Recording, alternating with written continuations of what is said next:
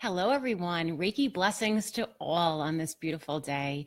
I hope this finds you well, wherever you are listening, if you're listening live or later on the broadcast. I am so glad to be here with you, always glad to be here with you to share the beautiful benefits and questions and lots of different benefits, emotional, physical, spiritual benefits of Reiki. So as you come aboard, say hello, and we will get started very shortly. I always like to begin with clearing our space. So I will clear the space here and for all of us on the broadcast today. And I will be clearing the space with sage, like I did last week as well. Thank you all so much for joining me last week, and also for the feedback of not only the Facebook Live, but the podcast. So I was able to have not only the Facebook Live, but also used it as the podcast as well, so that everybody can listen to the beautiful, amazing benefits of Reiki. So just let's all take a moment here as I burn the sage for all of us to burn away anything that is holding us back and to bring in some intentions. Go ahead and close your eyes if you can. Take a nice, long, slow, deep breath in and exhale away. And today we call upon the Reiki masters. We call upon Dr. Asui, Dr. Hayashi, Mrs. Takata, and all the Reiki masters for this beautiful lineage and this beautiful energy. If you have any personal intentions at this time, feel free to place them. You can say them in your mind or you can say them out loud, and we will offer them up. Place your hands on your heart center. And as you place your hands on your heart center, feel the connection to your heart center, this place of love and this place of compassion. This is our fourth chakra where we feel love and feel compassion. Take a deep breath into that beautiful space and exhale away. And then just slowly coming back to the room. Well, hello, everyone, and welcome again. I wanted to start today not only with clearing our space, but also with pulling a card. So I'm going to be pulling the cards from Wisdom of the Oracle. These are the cards that I pull mostly on Friday at Live at 5 in this group. And I'm going to just go ahead and shuffle the cards. This is a fantastic card. It is the card Higher Power. And it is the number 4, which tends to be one of my spiritual numbers, the number 4 in higher power. So really a beautiful card. Thank you, Spirit. And thank you, Reiki Masters, for this. This is higher power. So as we come together, we're reminded to connect to our higher power. We're reminded to connect to our spirit. And as we come together today and we learn more and more about Reiki, maybe there are some questions that you have, and we're going to dive in a little bit about the chakras. So if you're coming aboard, I will open up and ask for some questions and answers. But at the moment, I'm just going to go ahead and just start our lesson as we talk about Reiki. So last week we spoke about Reiki's benefits. We talked about the benefits of Reiki physically. We spoke about the benefits of some of the benefits emotionally, and we spoke about what Reiki was. Now this week we're going to get into what is Reiki and the chakras and what is the connection of Reiki and the chakras. Now, I will go through the chakras, and the chakras, there are more than 7 chakras, but majority of people know or have heard about the 7 main chakras. So we will be talking about the 7 main chakras. When you receive a Reiki treatment, the Reiki practitioner has particular hand positions that they use that begin with the top of the head, as I mentioned last week, and end with the bottom of the feet. Now, it can change from Reiki practitioner to Reiki practitioner, but for the most part, they stay along that line of energy, starting with the head and ending with the feet. Now, intuitively, as you work with a Reiki practitioner, he or she may find that they want to linger longer in certain areas, or maybe there's an area that they may add on to, such as maybe the shins or under the knees, even though they may not be in a particular sequence, the intuition really kicks into where the energy is needed. And it's always for higher good and always from source. So I get this question a lot, and I'll kind of just get to that right now. We are not, as Reiki practitioners, giving anybody our energy. This is vital force energy. This is energy that's already within the recipient's body. And the person giving it is using it from universal life force energy. So I'm not giving you, if you get a Reiki treatment with me, hey, Laura, any bad energy or anything that is uncomfortable. It is from higher source. So the Reiki treatment begins with the top of the head and ends with the feet.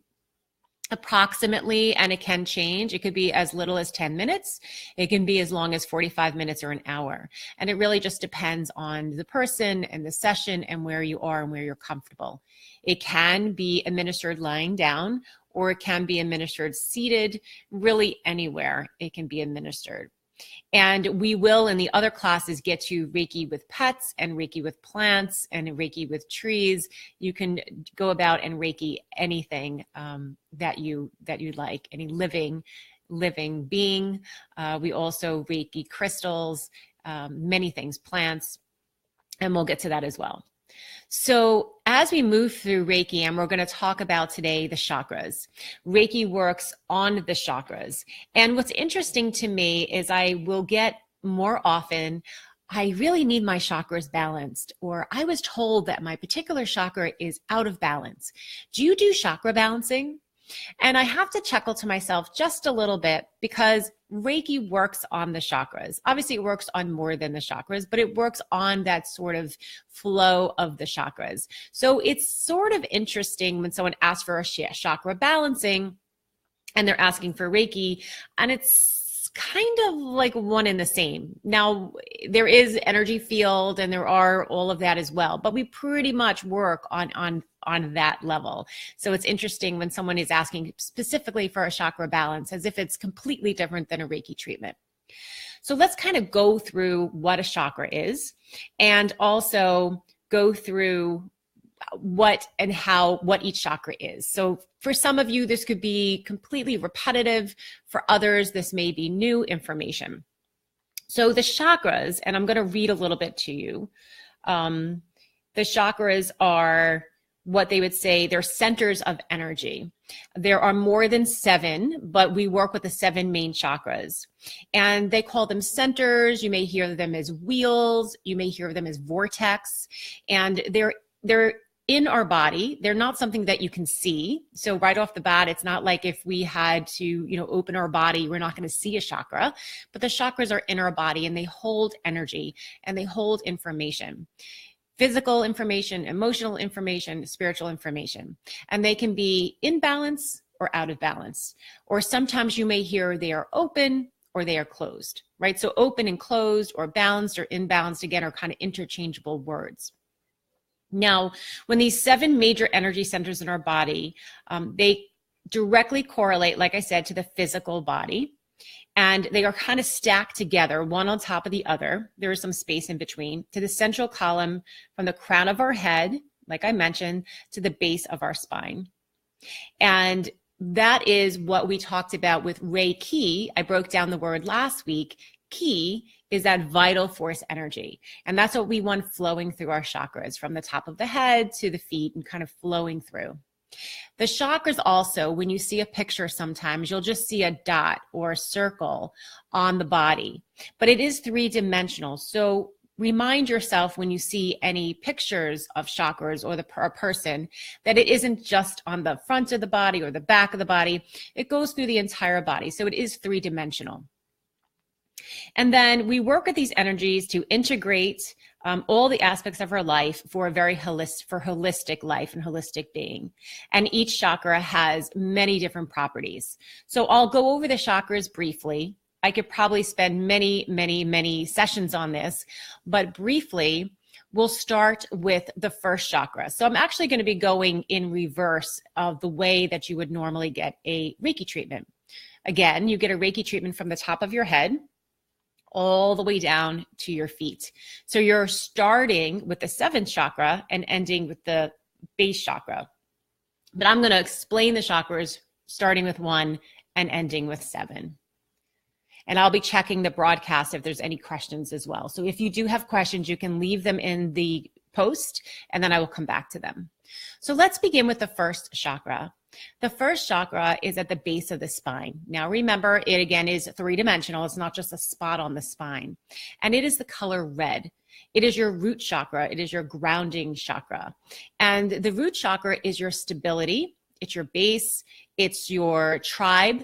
It could be based in your belief system or your religion. And it's kind of that earthy tone. It's earth.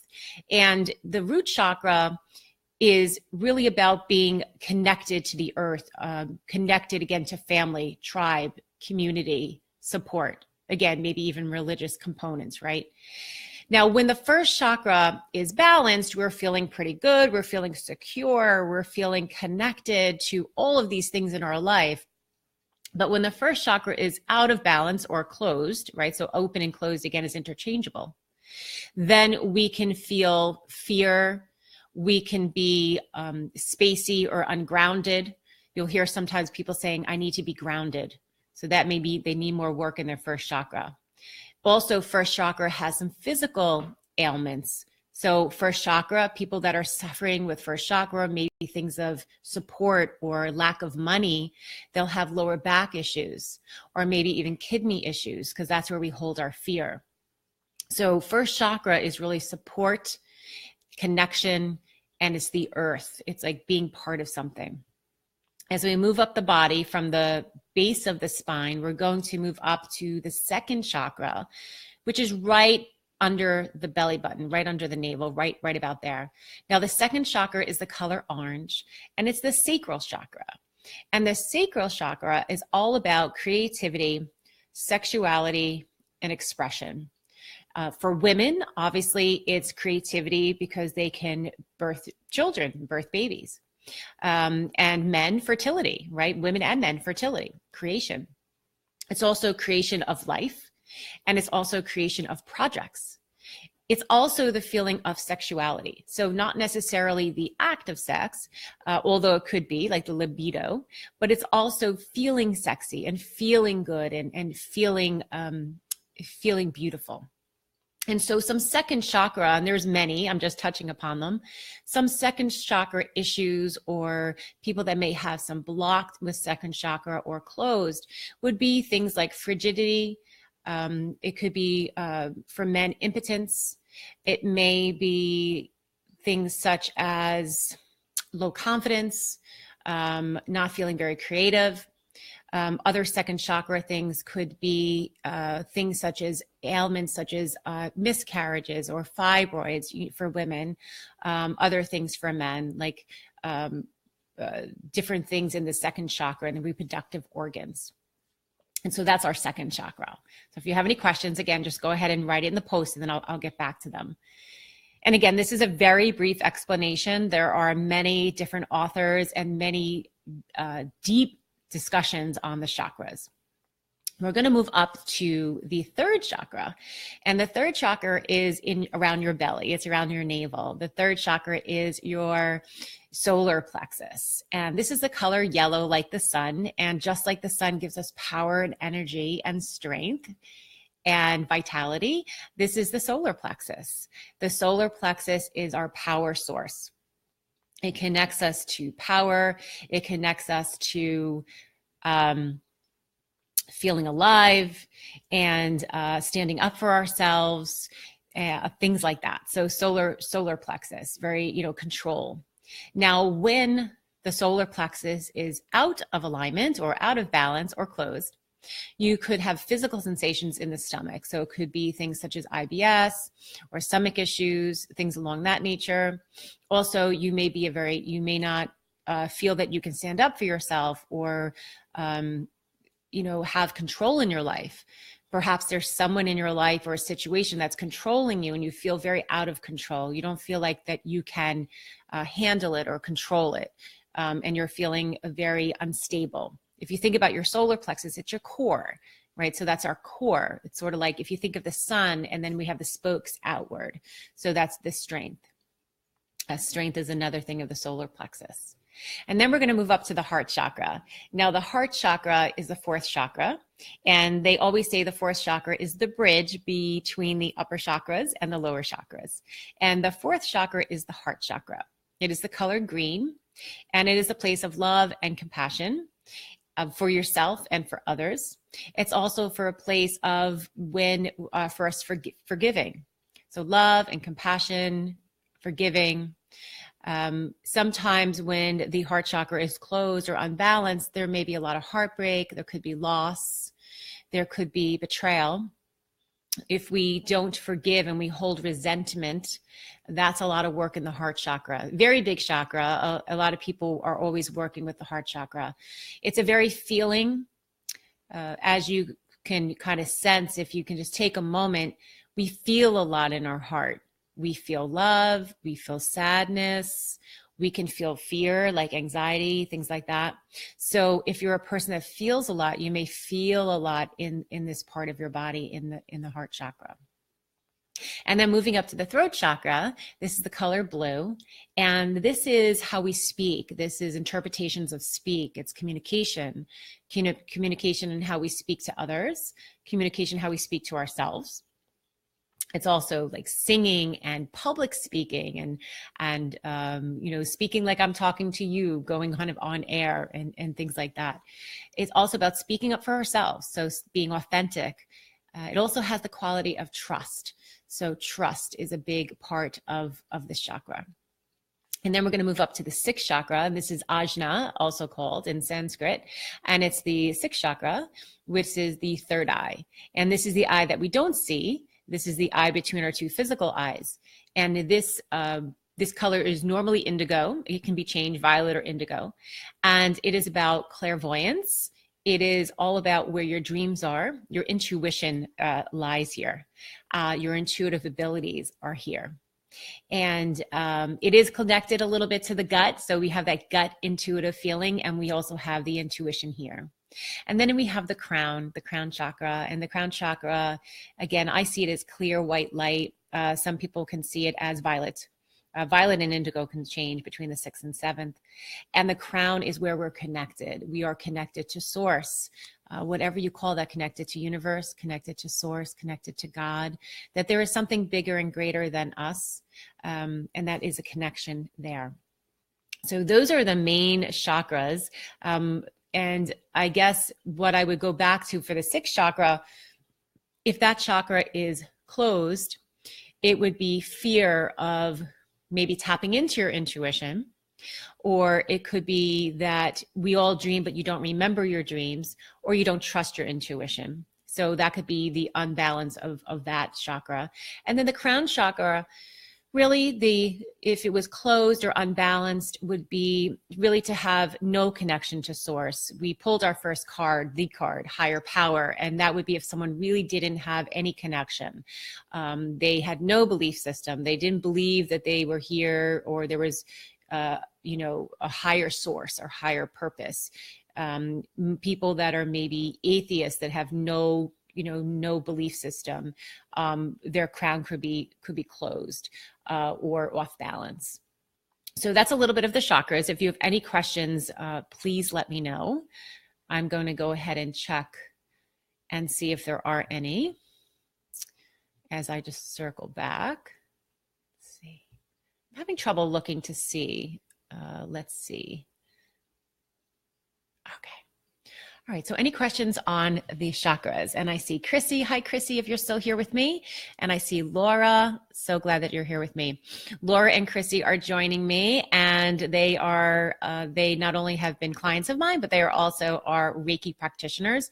So ladies, feel free to jump in here and ask any questions or just comment away if you're still out there. So hopefully you are still out there. Okay, so I want to move a little bit as we move through the chakras. So in a treatment, as I kind of circle back, in a treatment with the chakras, the Reiki practitioner starts with the top of the head. Again, we're moving through from the 7th chakra down, and we move the energy through the chakras and through the whole body, really, out and through, so that the body is comfortable and the body is balanced physically, emotionally, and spiritually. So remember, it works on all the levels. There are, again, just a reminder that it is hands-on or hands slightly off, but there is no massage. There is no manipulation of tissue. That is not a Reiki treatment. If you're getting a Reiki treatment and this person is moving their hands a lot or stroking, that's something that they chose to do, or perhaps they're a massage therapist and they're doing that as well.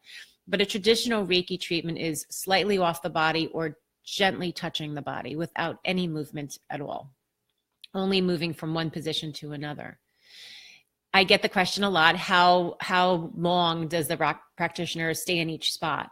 And that can change. It can be up to as little as 5 minutes. It could be a little bit longer. And it just depends on what is going on and the practitioner intuitively guided where their hands will go. There is a protocol that was designed, and although I'm sure over many, many years of this lineage, it has changed, but there is a protocol for specific places to go. And some practitioners follow that and some practitioners don't. But I would say for the most part, no matter where you've learned Reiki, that you start with the head and end with the feet, or start with the top of the body and end with the bottom of the body. So I want to jump into a little bit about healing relationships, Reiki and relationships. I get a lot of people coming to me. And matter of fact, I get mostly women coming to me. It just happens to be, not that I won't see men. And a lot of the focus lately has been about relationships with their partner, relationship with their husband, relationship with their boss or their sisters or their brothers. But relationships are can be really challenging. And right now in the work that I'm seeing, a lot of people are struggling with relationships.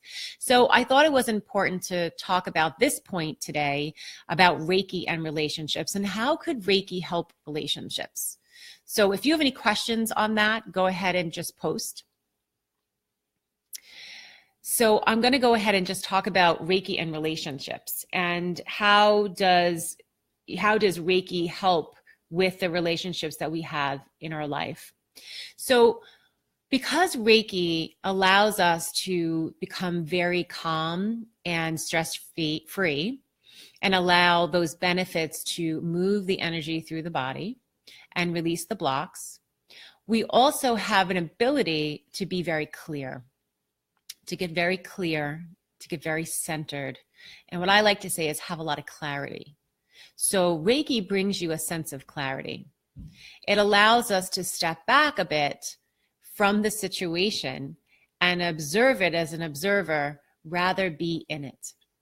So when you are faced with trouble in a relationship, it isn't going to give you the answer to stay or to go, but maybe give you clarity on how to find your way in the relationship. It gives us a little grace and it gives us a little space. When you receive the Reiki treatment, your body's in such a nice relaxed state and the energy is flowing through that then when you take that practice off the mat, especially if you're practicing Reiki and self-healing, which we'll speak about, you have the awareness to be the observer and to observe all your relationships. So your relationship with your animals, your relationships with your partner, your relationship with yourself. It's such a big one. And Reiki allows us to come into a place of clarity and relationship. I want to go a little deeper into this regarding relationships. So give me 1 minute. I just want to go back. And I want to talk a little bit more about relationships because, like I said, there's a lot coming up right now with relationships. Okay. And I think it's really this time that we're all questioning what's going on and where do we want to be in this moment.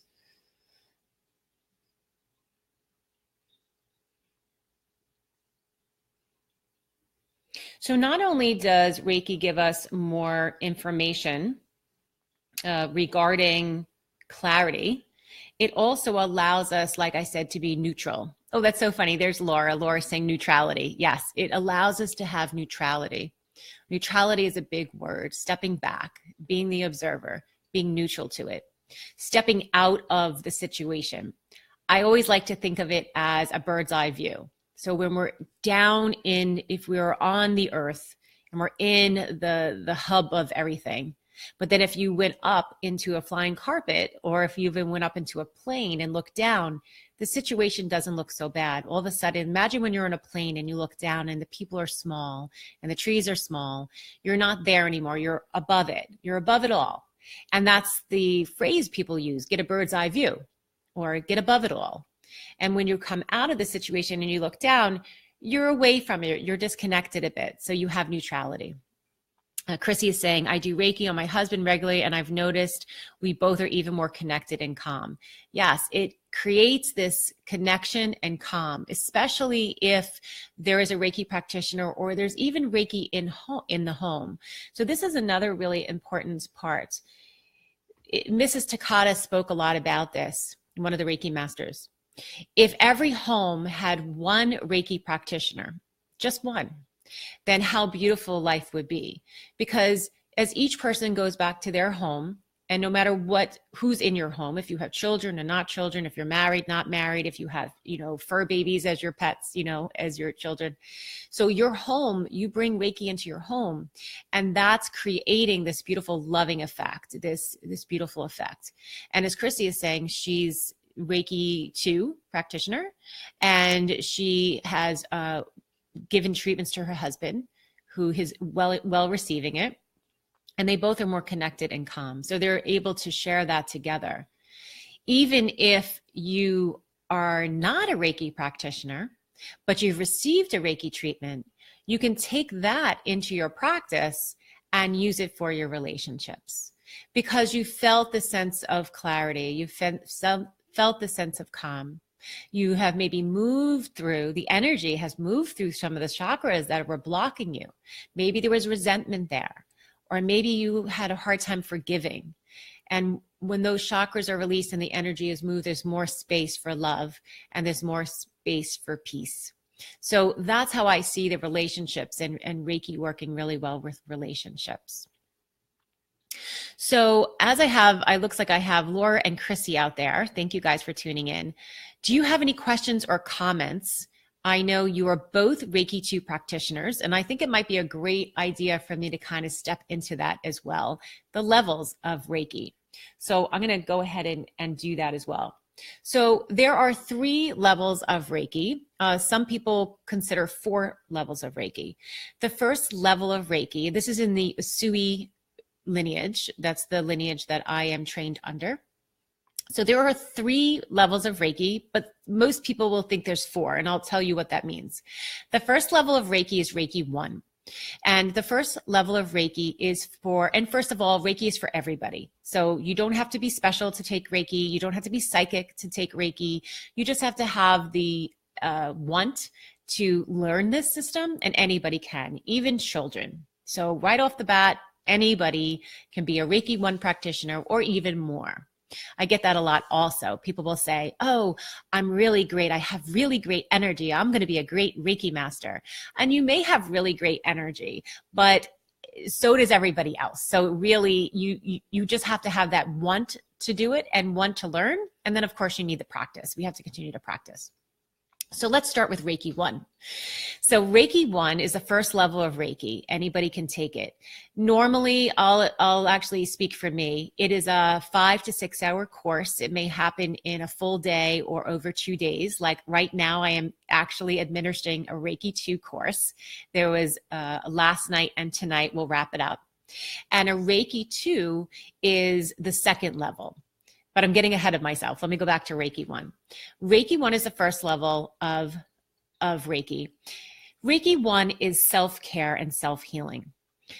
Reiki 1 is learning the 12 hand positions that were passed down in the lineage. And they are also about learning Reiki, the history, the benefits for yourself, giving yourself self-treatment, and giving yourself family, friends, pets. So the first level of Reiki is so important because we need the first level if we even want to go on to the other levels. And also, you don't have to go on to the other levels. Some people, actually, majority of people take Reiki 1 for themselves and really have no desire to move on to other levels, which is absolutely fine. It is not this type of protocol where you have to go from level to level to level. It's where you are in your spiritual growth and where you feel you want to be. So right off the bat, there's no judgment. I've had people that have done Reiki 1 and 6 years later decided to do Reiki 2. And I have had people do Reiki 1 and 2 and never move on to Reiki Master. So that being said, it's the right place at the right time and divine timing. So Reiki 1, you learn the 12 hand positions for yourself. There are 12 healing positions for yourself. And I'm going to go over them a little bit. So bear with me. So the 12, or there's a little bit more than 12 healing positions. I'll do some of them. And we do self-healing. We learn self-healing in Reiki 1. And once you are Reiki attuned, you are always Reiki attuned. It doesn't go away. I get that as well. Well, I did Reiki 1 a couple of years ago, but I think that I don't have the Reiki anymore. You have the Reiki. It's within you. You have the attunement. You receive the vibration of Reiki. You just have to use it, right? So it's just like going to the gym, or it's just like riding a bike. Once you get back on, your body will remember how to ride it. Once you start running your energy, the Reiki will intensify. So in Reiki 1, you learn the 12 hand positions. The first position is over the eyes. The second position is on the top of the head. Then you have behind the head. We wouldn't go this fast, but I'm just showing you. Then you have the throat, the heart, the rib cage, lower down to the belly, the navel. There are some back positions, and that's over the back, behind where your bra strap is, or mid back, lower back, and then very, very lower back. Add the knees and add the feet. Now that whole session could take 15 minutes. It could take longer, but it's self-care and is something that everyone should do once they have attended a Reiki 1. So Reiki 1 again is for yourself. It's self-care, self-healing for yourself, for your family, for your pets, for your friends. I'm just going to look at the comments. So Ellen is saying, greetings, love this. I've been watching from beginning today. Love chakra summary, but I am just learning about Reiki. Never thought about using it on relationships. Yes, and I have even more to talk about that at another time, Ellen. It's really, really powerful. It's really wonderful. So let's talk about Reiki 2. And I do have some Reiki 2s out there. So go ahead and post if you're Reiki 2. Just give me a thumbs up or put hashtag 2. Laura's out there. Chrissy's out there. I'm not sure who else is out there. So Reiki 2 is a second level of Reiki training. And in Reiki 2, you are focusing now where Reiki 1 is the physical part of the Reiki. You're now stepping into the emotional part, the harmonizing part. In Reiki 2, you are learning symbols, the Reiki symbols, and you're also learning distant healing. So in Reiki 2, you learn 3 symbols. This is traditionally taught. And you learn symbols so that you can use the Reiki symbols not only in a treatment, but you can use them in different situations. The 3 different symbols that you are taught is the power symbol, the healing and harmonizing symbol, and the distant healing symbol. So there's 3 symbols that you learn. And you are taught to, with a teacher, with your Reiki master teacher, you are taught how to draw them, how to see them, and how to use them in different situations. So for example, if you're driving down the street and there is a car accident, you can sign different symbols to that accident. Or perhaps you're going on a trip, and before you get there, you're going to send the distant healing symbol ahead of you for peace and harmony and protection. Let's say you're having difficulty in a relationship. You can sign the second symbol to help with emotional issues and harmonizing. And then as a Reiki practitioner, the person who's giving the Reiki treatment to someone, they sign the symbols over the appropriate area that the person may need. And then we come to Reiki 3. Now, Reiki 3 is also called Reiki Master. And in Reiki 3, you now step into another vibration of Reiki, and you learn 2 more symbols, sometimes 3 more symbols. You learn the master symbol, and you also are now stepping into the world of Reiki, the taking on Reiki as your life. As Reiki Master, you have chosen that this is now part of your life. You're living Reiki, you're breathing Reiki, you live Reiki, and you are probably wanting to move into giving Reiki to others, creating Reiki circles, having a Reiki business, having a healing business with or without other modalities. So if you're a massage therapist, you could be also a Reiki master. You could just be a Reiki master. I don't mean just, but a Reiki master. You could work with other people and begin to do this as a holistic business, as a spiritual business. And then there's Reiki Master Teacher. So that's why sometimes people see it as 4 levels. Reiki Master Teacher and Reiki Master are 2 different things. Reiki Master is someone who administers Reiki to someone. Reiki Master Teacher teaches Reiki for that person to give Reiki. So I kind of think of it like the yoga teacher. There's a yoga teacher, you take her class, she teaches you yoga.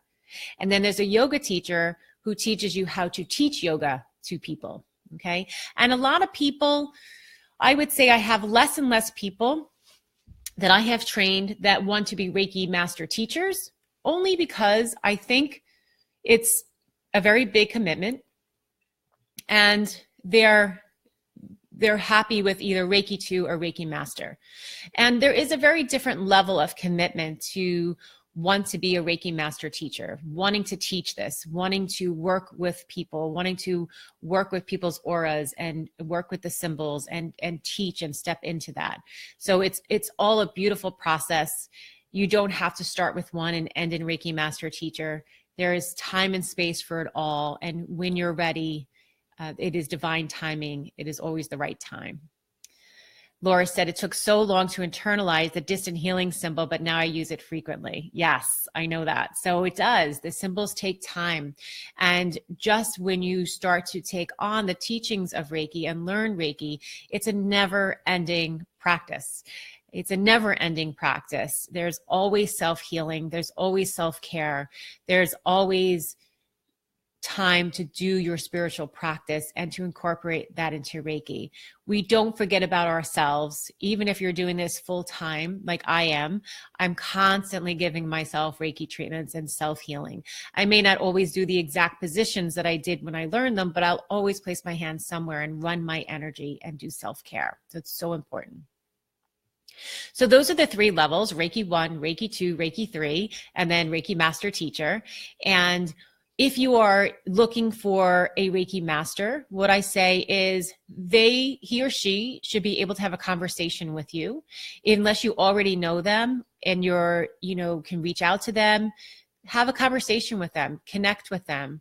Everybody has a connection on some point. So ask them some questions. What's your daily practice like? Who is your teacher? Are you still connected with your teacher? What do you do on a regular basis? How often do you hold Reiki certification classes? How often do you see Reiki clients? It's important to ask the questions of them. Do they run their own energy? Do they do self-care? It's very important to that. I think sometimes we don't ask the questions. So if you are seeking a Reiki practitioner, Reiki master teacher, those are great questions to ask them. And also, you can always have a conversation with them. I think it's really a wonderful thing to have a conversation with them before you even book a session. If you have any questions, or you just want to get to know them, but get to know a little bit about their practice. I really believe that no one is perfect, right? We all know this. And no healer or Reiki master teacher has it all figured out. And if they say they do, run the other way and look for someone else, because we are all working it out. We are all healing. We are all in a state of healing. So if you have any other questions, please let me know. Go ahead and post them. I'm going to look on my email because I did get some questions and I want to make sure that I answer them. So I'm just going to go back. Give me 1 second. And I'm going to check the questions as well.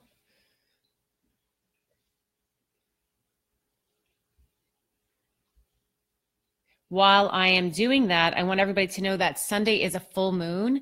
It is a very powerful full moon, actually. And I'm going to be doing my live at 5 on Sunday. I won't be able to do it on Friday. So in this group, I'll make a note. It will be live, I think live at 5 on Sunday, but not on Friday. Okay, so let me get to those questions. Hang on 1 second. So I see a question. Chrissy says, do we have an intention when we work on them? I do from what they ask me. So Chrissy, are you talking about the person asking an intention? I think you might be. So I'll go ahead and answer this, and then if I'm incorrect, you can let me know. If a person has an intention, they can say it to themselves, and you can hold that intention, but for the highest good. Okay. And sometimes they won't tell you what the intention is. Is that what you mean? I think that may be what you mean. Let me see.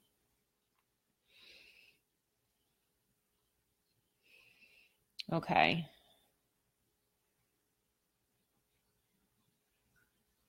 Oh, here's a very interesting question, which is right where I'm going with this. So the question is, are distant Reiki treatments more powerful or less powerful than hands-on treatment? So this is very interesting. So distant Reiki treatments are, or what I could call virtual Reiki treatments, are just as powerful as the hands-on. Now, it's very interesting because a lot of it is it could be just people's perception, but they've done a lot of data. They've done a lot of people that have received Reiki treatment virtually, right? And people hands-on, and they have had the very similar, if not the same effect. So there are more and more Reiki treatments done distantly or virtually. And I do them often. So I'm doing them more and more. You'll see that I just changed. I changed the heading in my group just to let everybody know that this is a real thing.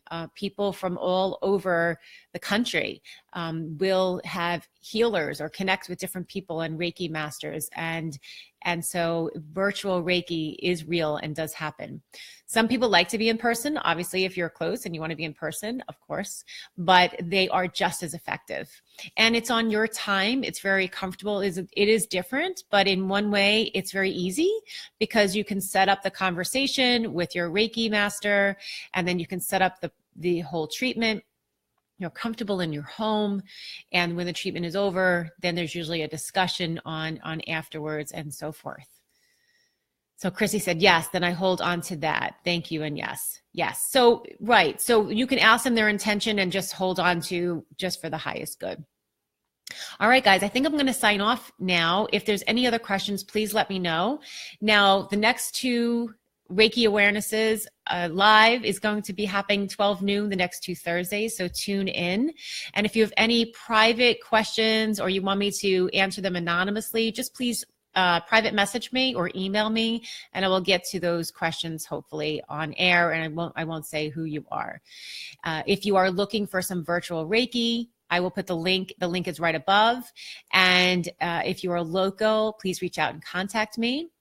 And hey, Trish, you just came on board. Hey, Trish. And so if you have not had a Reiki treatment and you're local, please reach out to me, because a lot of people just are so still unsure what it's all about. And no matter how many live broadcasts I can do, there's nothing then you can experience it. So I hope you have a really blessed day. And let's just close in Reiki blessings for all. So I'm going to place my hands out and send Reiki to all of you. So go ahead and close your eyes if you can. I'm going to send healing out to each and every person that is listening live or on the recording. And we use the Reiki principles just for today. Just for today, will not worry. Just for today, I will not be angry. Just for today, I will do my work honestly. Just for today, I will honor all living things. Just for today, I will be grateful for my many blessings. Just for today, I honor each and every one of you. Reiki blessings. May you have a blessed day and enjoy. Namaste.